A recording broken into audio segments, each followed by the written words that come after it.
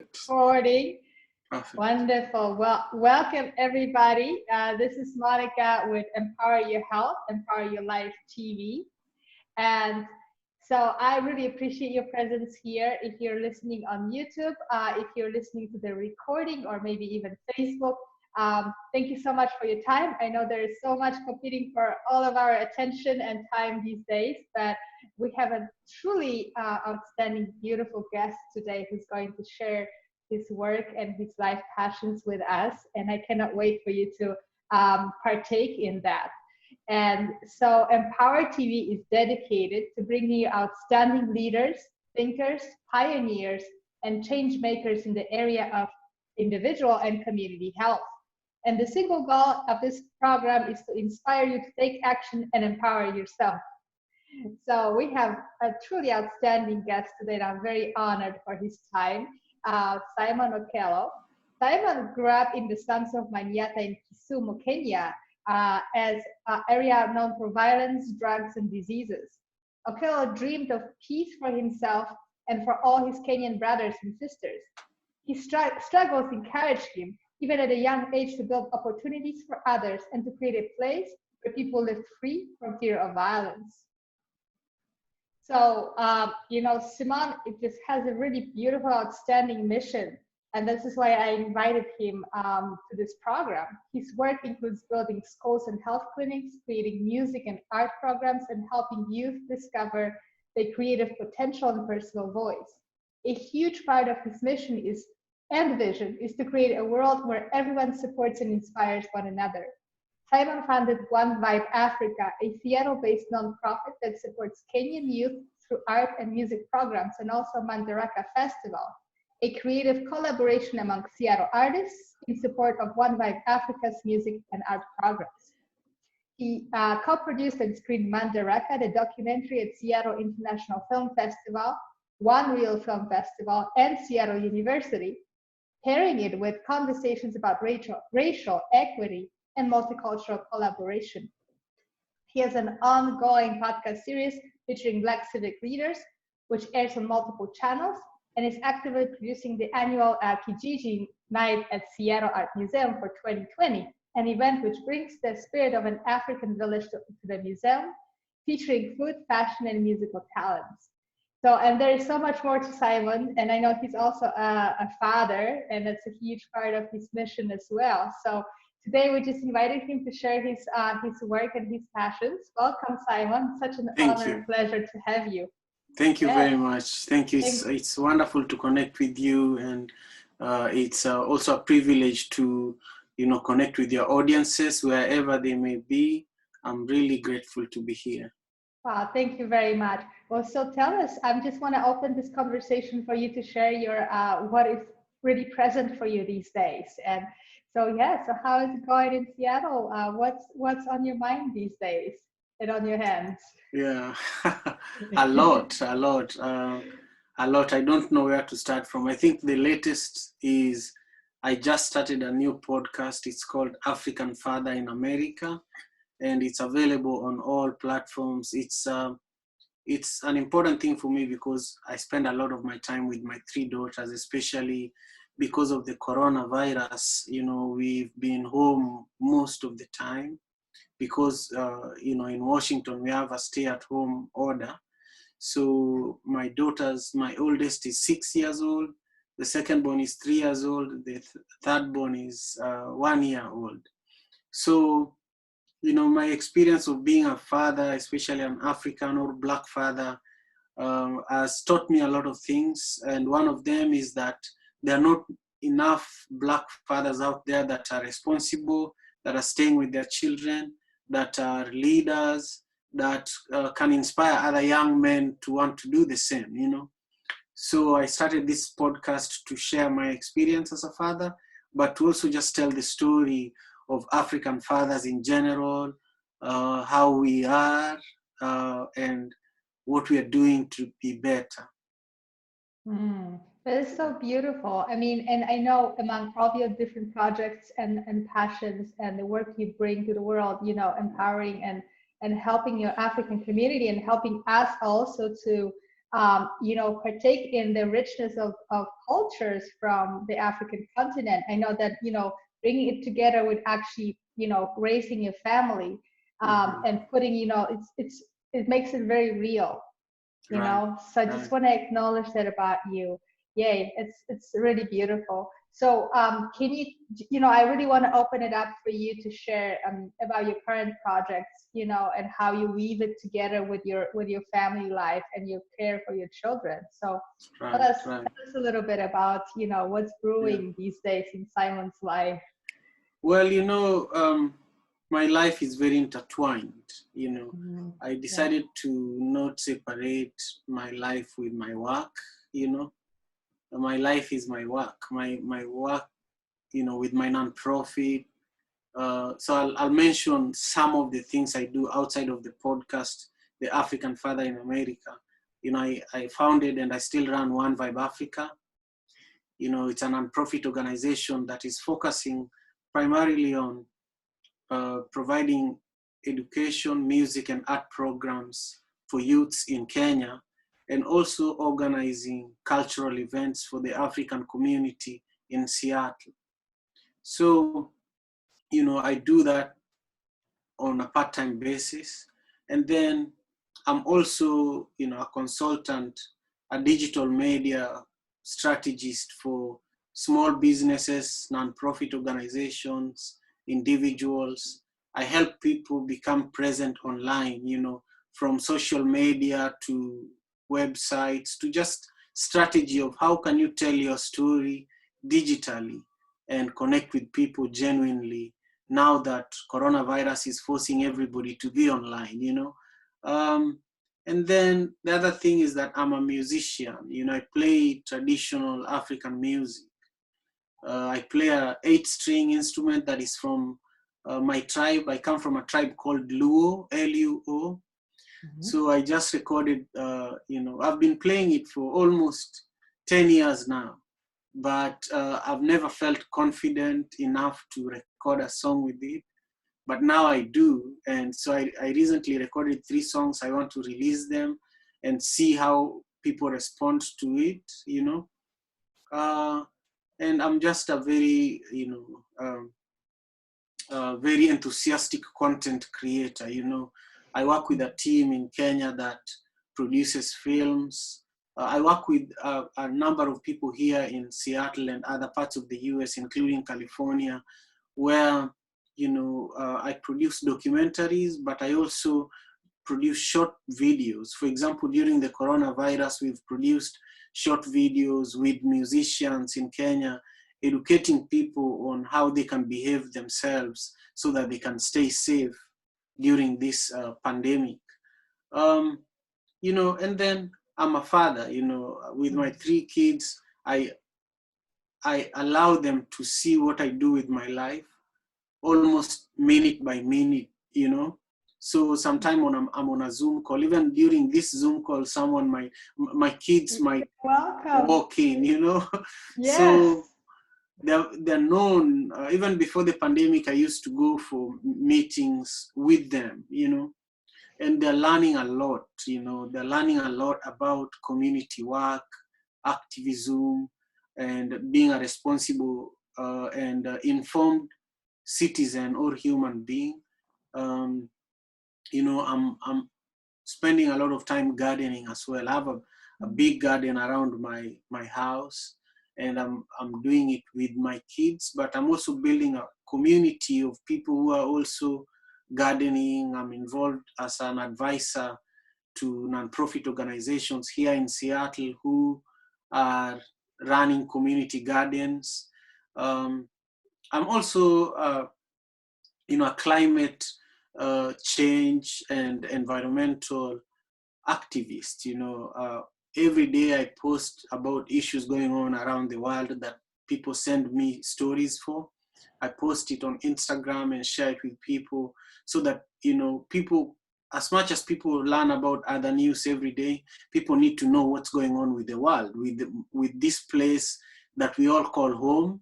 It's burning, it's being destroyed, but people are not doing something until it affects them. So those are some of the things that I'm currently working on. Yeah. Wow. Yeah. It's so beautiful. You know, honestly, it brought tears to my eyes. You probably can't see, but I was tearing up when you said, you know, you bring your children into your work. I mean, what a Yeah. beautiful way of parenting and really inclusive. And this is such an amazing example for, you know, a lot of, I think, parents struggling these days in the United States. We can learn so much from this. And you know, and bringing them into your beautiful activist work that actually is, you know, there to change the world. And so and I know that it does have deep roots in your background, in your past. Mm-hmm. And I also know it's a very long story, but would you just share a little bit about, you know, how do you source inspiration from your own childhood and your background? Yeah. You know, I normally look back. I look at, and I do this on in my, you know, the African Father in America podcast. Every Monday, I speak about, you know, where I came from, where I am standing, and where I am going. You know, so that on a weekly basis, I'm not just reflecting about this by myself, but also sharing it with other African or Black fathers out there who are seeking constant reminder to think about, where did you come from? How were things for you 10 years ago, 20 years ago? What were some of the struggles? How did you overcome them? And then, you know, even whenever I'm facing the biggest challenge, I think about other challenges that are probably bigger than this current challenge. Mm-hmm. Then I tell myself, if I was able to overcome that, what does this situation, you know, have that I do not have? Does it require patience? Does it require hard work? Does it require letting go? Does it require me to talk to somebody, or does it require me to ask for help?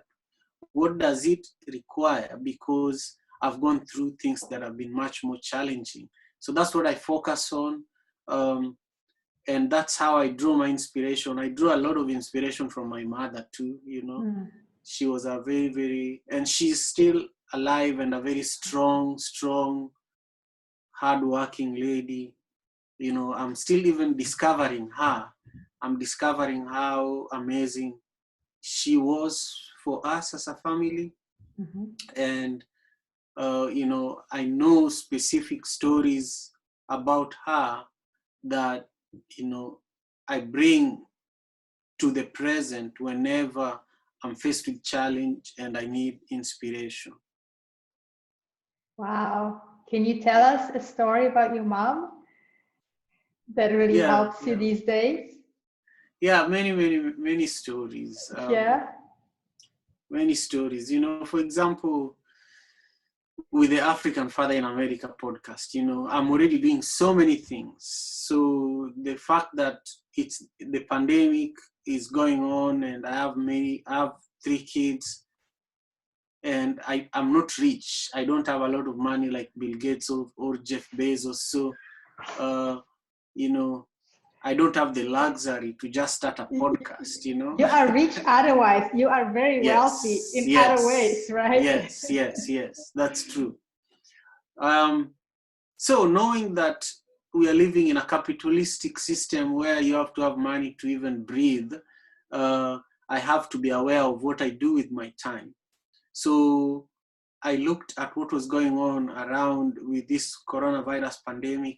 As this pandemic was starting, my mother was hospitalized, you know. She had to get a knee replacement in Kenya, and that is a very complicated procedure because there are maybe 1 or 2 hospitals that conduct such a procedure there, and it's extremely expensive. We had to raise almost $15,000 very fast, and we don't have that money. So I went on social media, you know, and while I was doing this, I was thinking of the challenges that my mother has gone through, the challenges that I have gone through, everybody that she has interacted with in her life.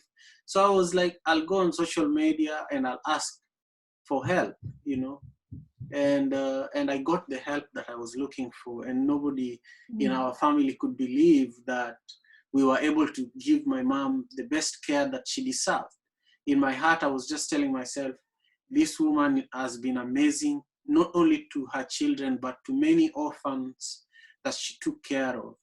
She deserves the best care available. And so we were told what that was like, and we said, okay, we are going to do it. Can you afford it? Then we said, if this is what is needed for her to be able to walk again, we are going to do it, you know. So we pulled together with my siblings and we worked very hard. We connected with people that we know. We told her story, and we were successful in raising over $10,000, you know, through friends and family and things like that.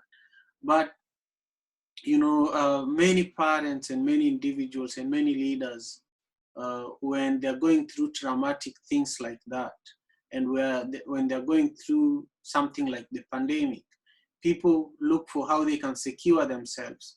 How can I, you know, how can I make a little money and save it so that when the coronavirus pandemic ends, I'll be fine, you know. People just think of how do they take more. But for me, again, even though my mom is just recovering after this situation, in fact, besides my mom just needing a knee surgery, she also had a major challenge while at the hospital. She collapsed, you know, because she has pre-existing conditions, and she was unconscious for like 2 days. And then she recovered, and now she's walking. So going through all of this, typically, if it was any other African immigrant here in Seattle or in America, they would probably get a second job, a third job, and make more money and feel more secure. But for me, in addition to all of this, I decided to start a new podcast to help other fathers, you know? So the way I think about challenges is how do I be helpful? How can I be more inspiring, and how can I contribute to other people's lives? Because when I do that, I am contributing to my own life, you know? Yeah.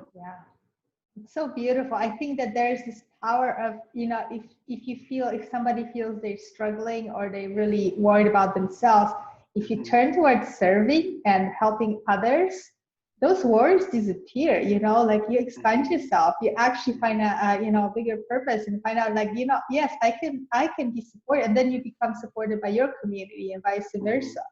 So this is, I mean, thank you for that story. It's very powerful. And I think it's very uplifting for all of us, you know, just turning that from just worry and fear into service. It changes your life. I mean, it's just so simple. Thank you.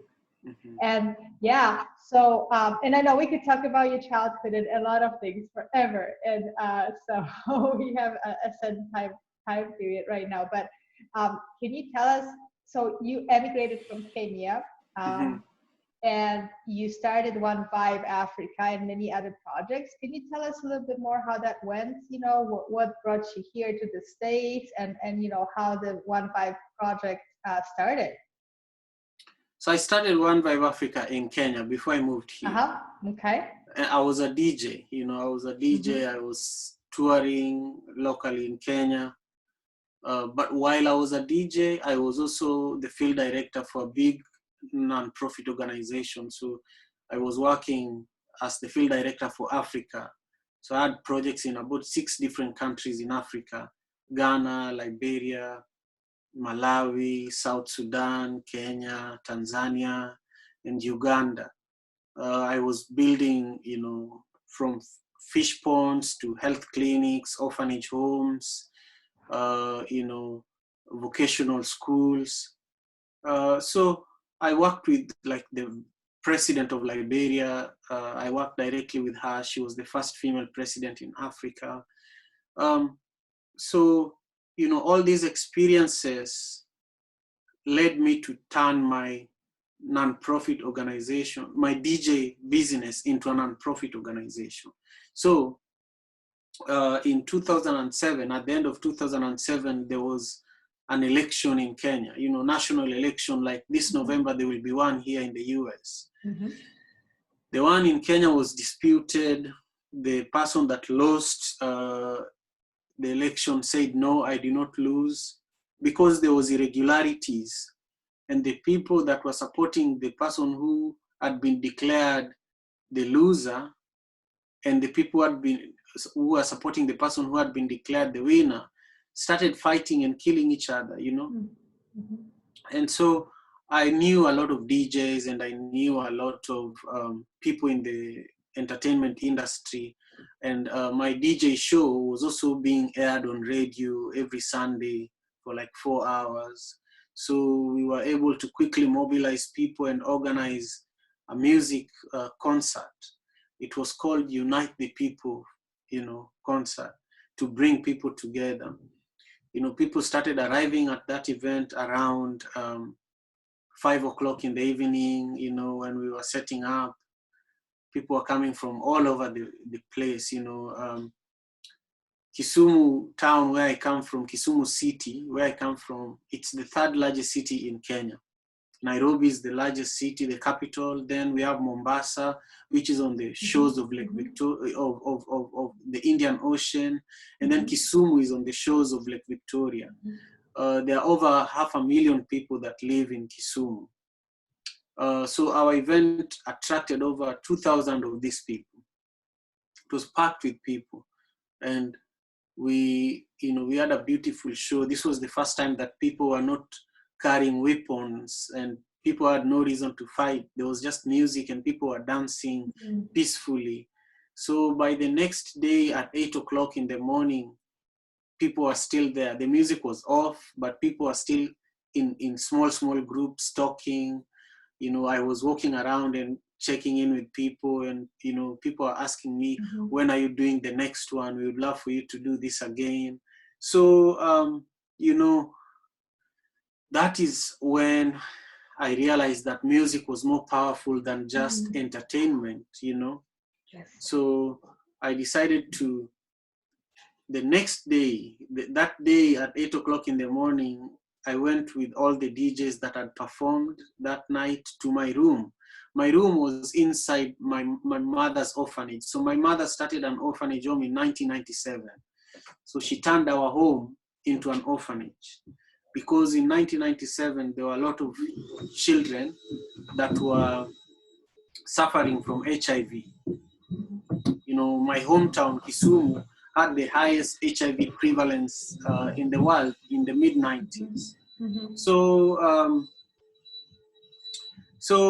when the violence was happening and we were able to organize this concert and bring people together, the day after the concert, if you're an event producer, you pay people, In fact, you normally pay part of it before the event and part of it right during the day of the event before the artist goes on stage.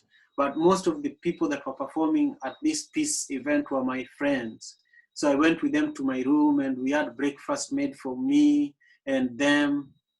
And then I asked them, hey, I would like for us to use the money from last night's event to register an NGO so that we can use our influence to provide an alternative to the violence. Because we are musicians, let's create a music program that can become an alternative to the violence that the politicians are influencing the youths to participate in. So that is how the idea of One Vibe Africa started. So it started as One Vibe Entertainment, and then it went to One Vibe Entertainment Foundation, and then it went to One Vibe Africa, So we took the money from that first, concert, and part of it we used for registering the NGO in Kenya, the non-profit. Then I came to Seattle the first time to visit in 2009. I visited 8 different states. Then in 2010, I moved here with my wife. And that is also when I started building a network of people, that believed in the mission that I had with One Vibe. So I started having dinners in people's houses, and showing them videos of the programs I had started in Kenya, the education, music, and art program, where we were bringing artists from the community to my mom's orphanage, bringing musicians from the community so that they could talk to the youth, so that they could share their stories, share their skills. And so right now, One Vibe, has over, 100,000 reach on social media on a day-to-day basis. We are very present on all social media platforms. We last year we reached over 12 million people digitally. Wow. And our events have attracted over 15,000 people. So we are now at a place where we have started realizing the dream that we had in 2008, 2007, after the elections. And now the current focus that I have as the visionary behind One Vibe is, I am creating a media company that is for profit. It is called One Vibe Media. And the focus of One Vibe Media is to be a platform for creatives, people who love doing things like what you and me are doing, but they're from Africa, and they're struggling with, equipment and software and resources, so that we can provide them with the technical know-how, provide them with the connections, the network, and also help them create their own content, and then put it on our YouTube channel, One Vibe TV, or soon we will be building a website called One Vibe TV as well.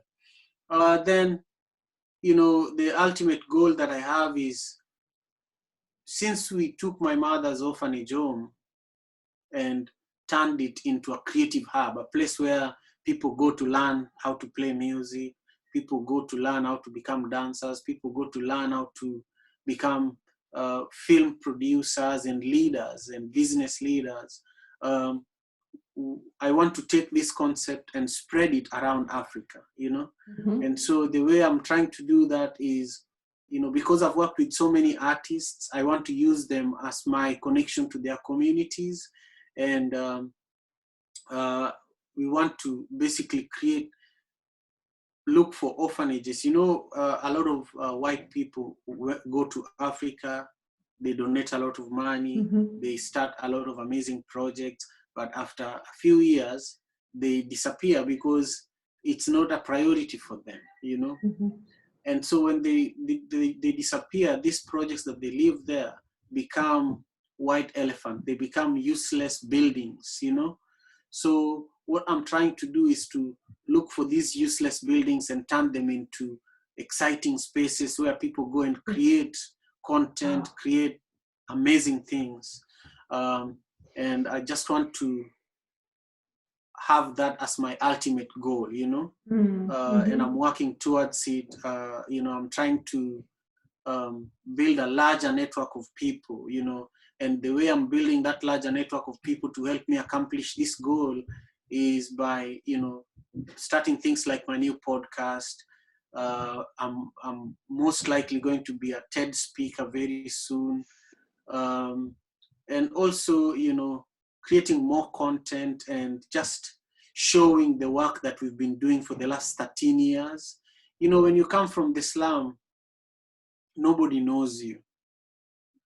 And a lot of the time, many people from the slum, nobody even hears their voices. Yes. Even though I come from the slum, I've been very lucky. I've met so many different people, and I've been persistent for over 13 years with the work I do. And now the work is speaking for itself. The work has a voice, So now we are in a position to tell the story of how this work got its voice. Yes. Yes. Wow. It's so beautiful. Yes, you got to the place where you actually can show the people this is possible and it is actually manifesting. It's not just a vision or just a dream. That's where it started. And it started with an amazing, beautiful dream.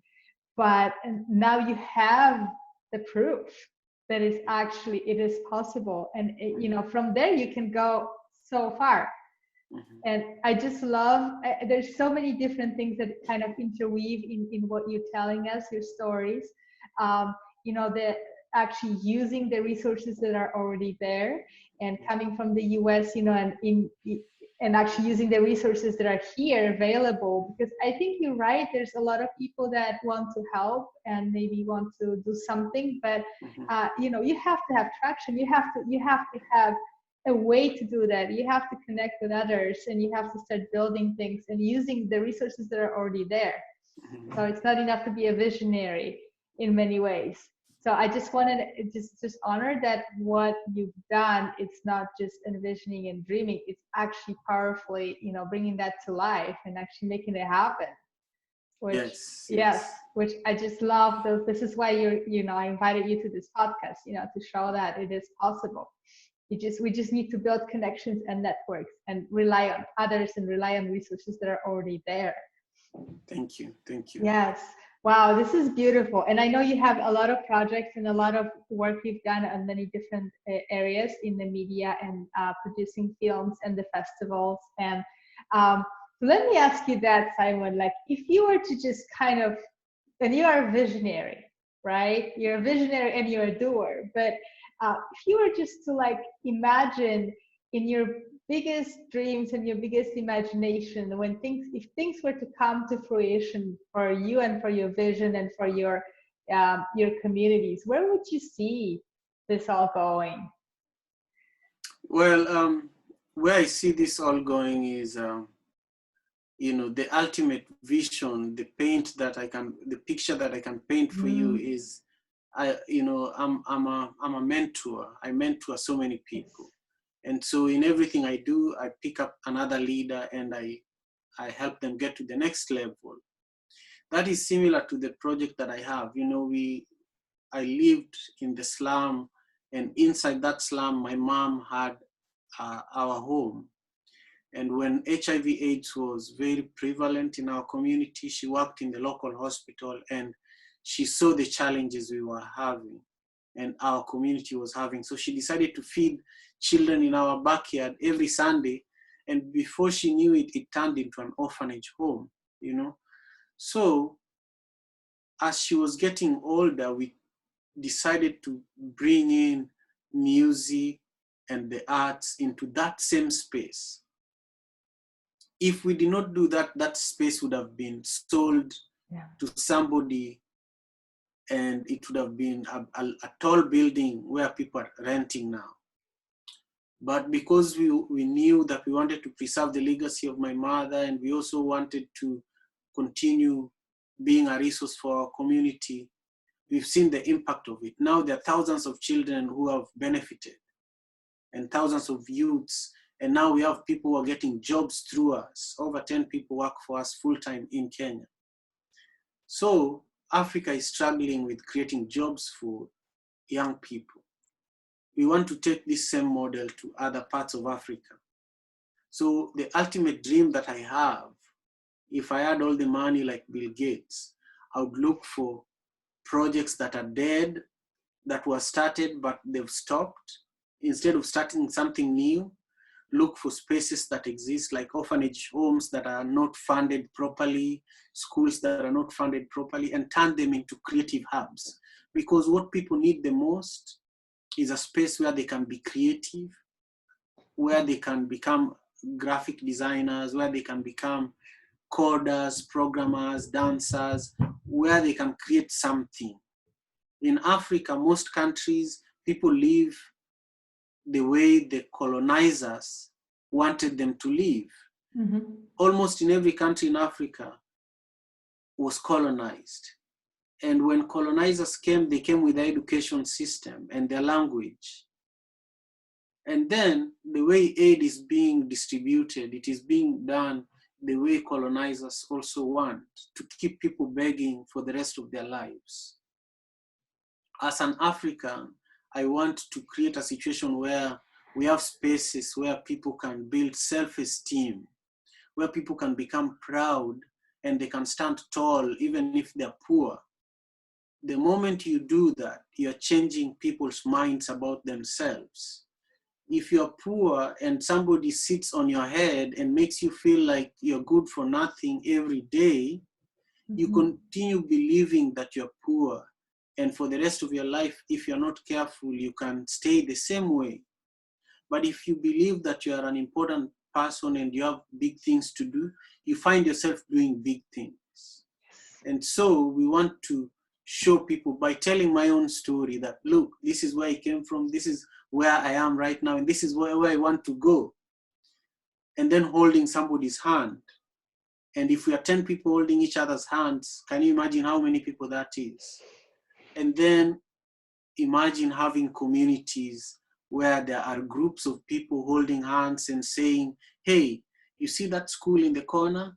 There are trees growing inside the building. Let's remove those trees and plant them outside and make this space a space where we can create a creative hub, where we can create music, dance programs, and where we can build talent in our community. Because right now, as the coronavirus is killing people and people are stuck in their houses and the economy is transforming rapidly, people are also changing their careers.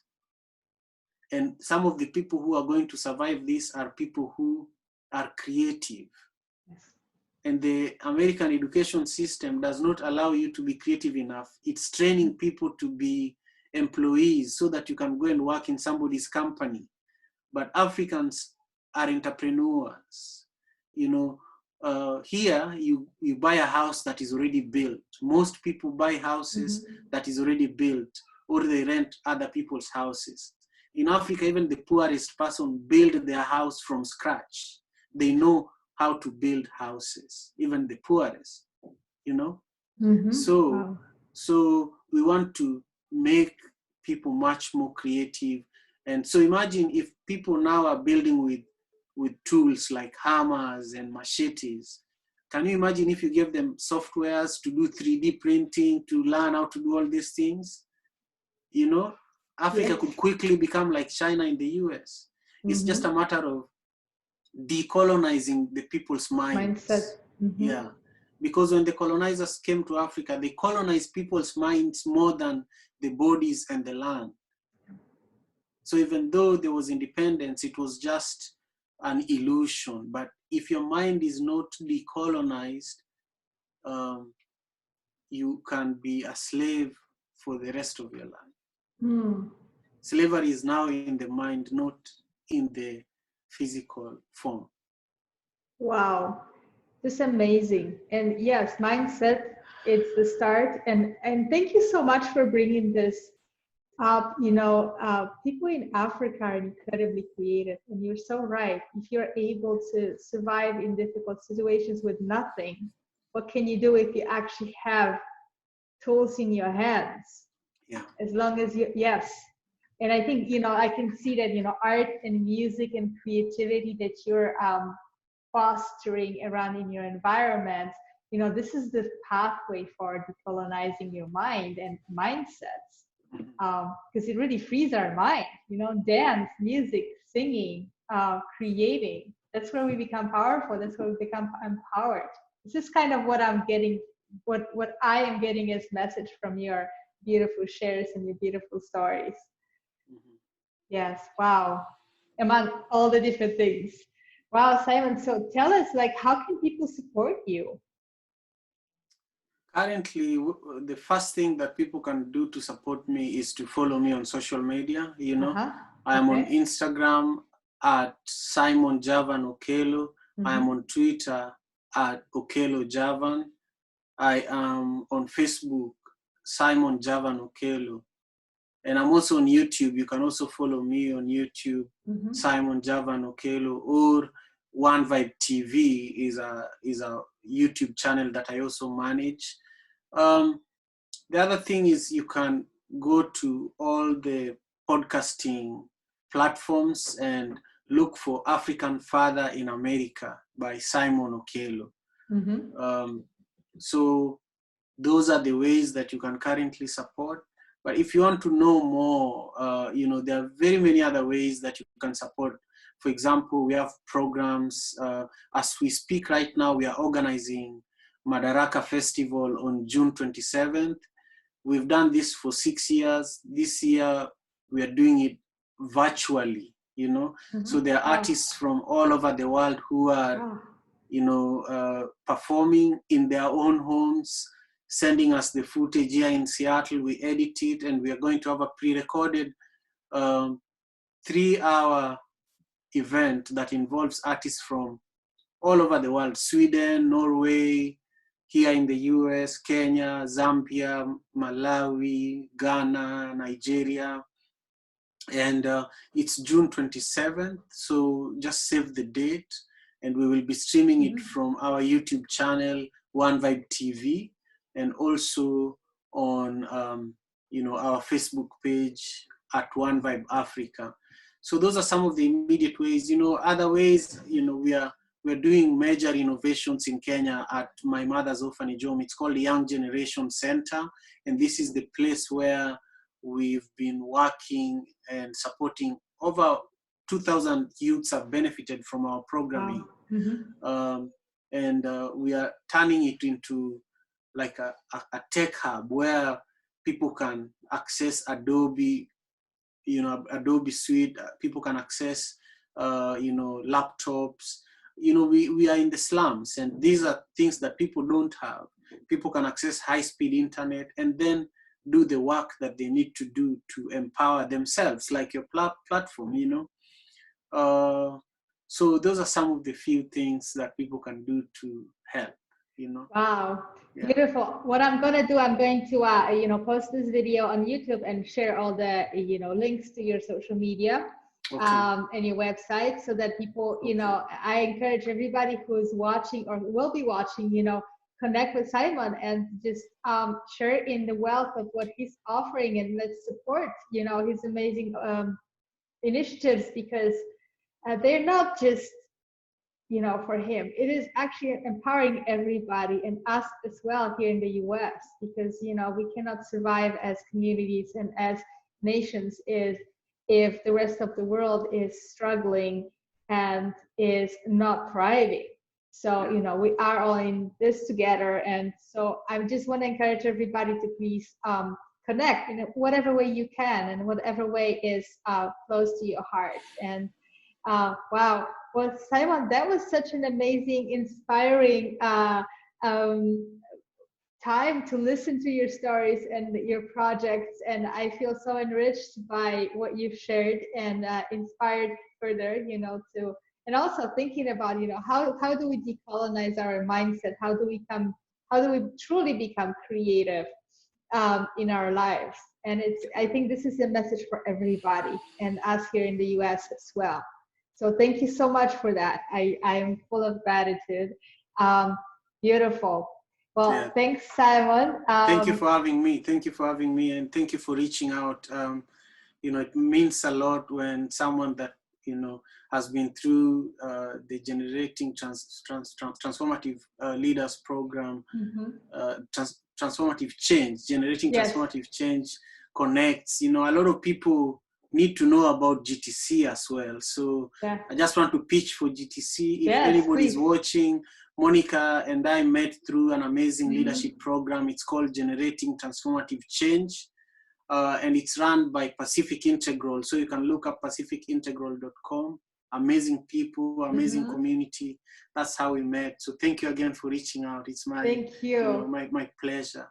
True honor. Thank you again. And we'll see each other again, I hope. And all the blessings and all the best in your projects. And, let that vision expand far and